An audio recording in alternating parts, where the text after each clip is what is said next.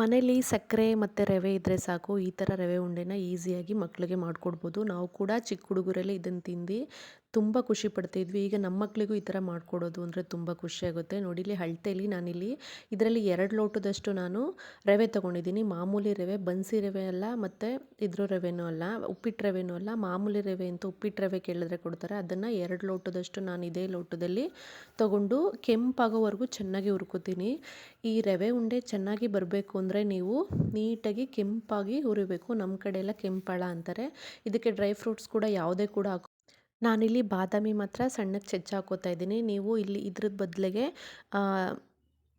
ದ್ರಾಕ್ಷಿ ಗೋಡಂಬಿ ಕೂಡ ಯೂಸ್ ಮಾಡ್ಕೊಳ್ಬೋದು. ನೋಡ್ತಿದ್ರಲ್ಲ ನಾನು ನಿಧಾನ ಉರಿಯಲ್ಲಿ ಇದನ್ನು ಹುರ್ಕೋತಾ ಇದ್ದೀನಿ. ನೀವು ಅರ್ಜೆಂಟಿಗೆ ಬೇಕು ಅಂದಾಗ ಇದನ್ನು ಮಾಡ್ಕೊಳ್ಬೋದು. ನಾನಿಲ್ಲಿ ತೆಂಗಿನಕಾಯಿ ತುರಿನ ಹಾಕೋತಾ ಇದ್ದೀನಿ. ಸಣ್ಣದಾಗಿ ಕೊಬ್ಬರಿ ಈ ಥರ ಇದೆಯಲ್ಲ, ಕೊಬ್ಬರಿನೂ ಅಲ್ಲ ಅಥವಾ ತೆಂಗಿನಕಾಯಿ ಇಲ್ಲ, ನೀವು ಕೊಬ್ಬರಿ ಕೂಡ ಹಾಕ್ಕೊಳ್ಬೋದು ಅಥವಾ ತೆಂಗಿನಕಾಯಿ ಕೂಡ ಹಾಕ್ಕೊಳ್ಬೋದು. ನಾನು ಎರಡು ಮಿಕ್ಸ್ ಇರೋಂಥದ್ದು 2 ಹೋಳಷ್ಟು ನಾನು ಇದನ್ನು ಸಣ್ಣಕ್ಕೆ ತುರ್ಕೊಂಡಿದ್ದೀನಿ, ಅಂದರೆ ಮಿಕ್ಸಿಗೆ ಹೊಡ್ಕೊಂಡಿದ್ದೀನಿ. ಈಗ ರವೆ ಕೂಡ ಚೆನ್ನಾಗಿ ಹುರ್ಕೊಂಡಿದ್ದೀನಿ.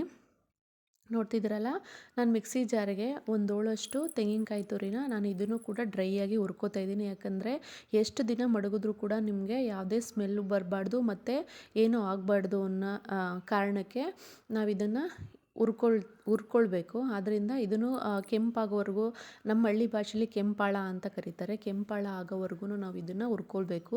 ಜಾಸ್ತಿ ಉರಿ ಏನಾದರೂ ಇಟ್ಬಿಟ್ರೆ ನಿಮಗೆ ಸೀದೋಗೋ ಚಾನ್ಸಸ್ ಇರುತ್ತೆ. ಅದರಿಂದ ನಿಧಾನ ಉರಿಯಲ್ಲಿ ನಿಧಾನಕ್ಕೆ ಒಂದು 5ರಿಂದ 10 ನಿಮಿಷನಾದರೂ ಹುರ್ಕೊಳ್ಬೇಕು. ನಾನಿಲ್ಲಿ 2 ಲೋಟ ರವೆಗೆ 1.5 ಲೋಟದಷ್ಟು ನಾನಿಲ್ಲಿ ಸಕ್ಕರೆ ತೊಗೊಂಡಿದ್ದೀನಿ, ಶುಗರ್ನ. ನೀವು ಸ್ವಲ್ಪ ಜಾಸ್ತಿ ಬೇಕು ಅಂದರೆ 2 ಕೂಡ ತೊಗೋಬೋದು, ಸಮ ಕೂಡ ತೊಗೋಬೋದು. ಆದರೆ ನಾನು ಇಷ್ಟು ಸಾಕು ಅಂತ ತೊಗೊಂಡಿದ್ದೀನಿ. ಈಗ ರವೆನ ಒಂದೇ ಒಂದು ರೌಂಡಷ್ಟು ನಾನಿಲ್ಲಿ ಸಣ್ಣಕ್ಕೆ ಮಿಕ್ಸ್ ಮಾಡ್ಕೊಂಡಿದ್ದೀನಿ. ರವೆ ಮತ್ತು ಸಕ್ಕರೆನ ಸ್ವಲ್ಪ ಬ್ಲೆಂಡ್ ಮಾಡ್ಕೊಂಡಿದ್ದೀನಿ, ಜಾಸ್ತಿ ಏನು ಬ್ಲೆಂಡ್ ಮಾಡ್ಕೊಂಡಿಲ್ಲ. 2 ಲೋಟ ರವೆಗೆ 1.5 ಲೋಟ ಸಕ್ಕರೆ ಅಷ್ಟು ಹಾಕ್ಕೊಂಡಿದ್ದೀನಿ. ಈಗ ಹುರಿದಿರೋವಂತಹ ಕೊಬ್ಬರಿ ತುರಿ ಕೂಡ ನಾನಿಲ್ಲಿ ಹಾಕೋತಾ ಇದ್ದೀನಿ. ನೋಡ್ತಿರಲ್ಲ, ಕೆಂಪಗಾಗೋವರೆಗೂ ಹುರ್ಕೊಂಡಿದ್ದೀನಿ. ಸ್ಮೆಲ್ ಅಂತೂ ಘಮ್ ಅಂತ ಬರ್ತಿದೆ. ಈಗ ಎಲ್ಲನೂ ಸೇರಿ ಮಿಕ್ಸ್ ಮಾಡ್ಕೊಳ್ಳೋಣ. ಸ್ವಲ್ಪ ದೊಡ್ಡದು ದಬ್ಬರೆ ತೊಗೊಂಡ್ರೆ ಚೆನ್ನಾಗಿರುತ್ತೆ. ಈ ಹಳ್ಳಿ ಕಡೆ ಫಂಕ್ಷನ್ ಮಾಡಿದಾಗ ಈ ಥರ ಎಲ್ಲ ಈ ರವೆ ಉಂಡೆ ಅಂತೂ ಕಂಪಲ್ಸರಿ ಆಗಿರ್ತಿತ್ತು. ಒಂದು 15 ಡೇಸ್ ಆದಮೇಲೆ ಕೊಡ್ತಾಯಿದ್ರು ನಮಗೆ. ತುಂಬ ನಾವು ಸ್ಕೂಲಿಂದ ಬಂದೇಟ್ಗೆ ರವೆ ಉಂಡೆ ಕೇಳಿ ಈಸ್ಕೊಂಡು ತಿಂತಿದ್ವಿ. ಅದೆಲ್ಲ ಮೆಮೊರಿ, ತುಂಬ ಇದನ್ನು ಮಾಡ್ತಾಯಿದ್ದಾಗ ತುಂಬ ಮೆಮೊರಿ ಬಂತು. ನಾನಿಲ್ಲಿ ಬಾದಾಮಿ ಚೂರುಗಳ್ನ ಹಾಕ್ತಾಯಿದ್ದೀನಿ.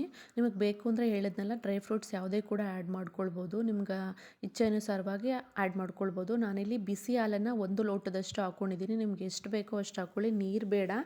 ಮಾಮೂಲಿ ಹಾಲಿದ್ರೆ ಸಾಕು. ಗಟ್ಟಿ ಹಾಲನ್ನಷ್ಟು ನಾನಿಲ್ಲಿ 1 ಲೋಟದಷ್ಟು ಹಾಕ್ಕೊಂಡು ಈಗ ನಿಧಾನವಾಗಿ ಬಿಸಿ ಇರೋದ್ರಿಂದ ನಾನಿಲ್ಲಿ ಇದನ್ನು ಅದರಲ್ಲಿ ಮಿಕ್ಸ್ ಮಾಡಿಕೊಂಡು ಈಗ ನಿಧಾನವಾಗಿ ಕೈಯಲ್ಲೇ ಮಿಕ್ಸ್ ಮಾಡ್ಕೋತಾ ಇದ್ದೀನಿ. ನೋಡ್ತಿದ್ರಲ್ಲ, ನಿಧಾನವಾಗಿ ಮಿಕ್ಸ್ ಮಾಡಿಕೊಂಡ್ರೆ ತುಂಬ ಚೆನ್ನಾಗಿರುತ್ತೆ. ಈಗಿನ ಕಾಲದಲ್ಲಿ ಮಕ್ಕಳಿಗೆ ಇವೆಲ್ಲ ಏನು ಸಿಹಿ ತಿಂಡಿ ಅಂತಂದ್ರೇ ಗೊತ್ತಿಲ್ಲ. ಯಾವಾಗಲೂ ಬೇಕ್ರಿ ಮತ್ತು ಬೇಕ್ರಿಲೇ ತಿಂದು ಅಭ್ಯಾಸ ಆಗಿಬಿಟ್ಟಿರುತ್ತೆ. ಈ ಥರ ಎಲ್ಲ ನಾವು ತಿಂತಿದ್ದ ಅಡುಗೆಗಳಲ್ಲಿ ಇದು ಕೂಡ ಒಂದು ಸ್ವೀಟ್ ಅಡುಗೆಯಲ್ಲಿ ತುಂಬ ಚೆನ್ನಾಗಿರ್ತಿತ್ತು. ನೋಡ್ತಿದ್ರಲ್ಲ ಎಷ್ಟು ಈಸಿಯಾಗಿ ಮಾಡ್ಕೊಳ್ಬೋದು ಅಂತ.